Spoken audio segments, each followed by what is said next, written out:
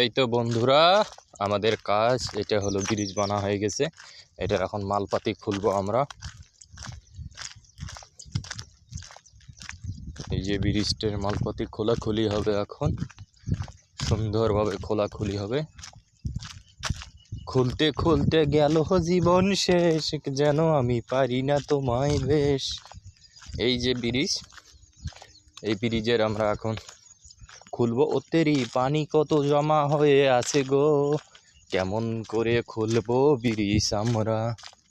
খোলার মতোই তো কিছু দেখতে পাই না, যেন সেই পানি।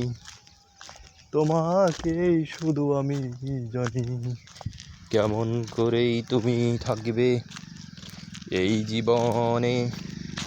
শুধু তোমায় না দেখিলে ভালো লাগে না রে, যেমন যেমন দেখি তোমায় তত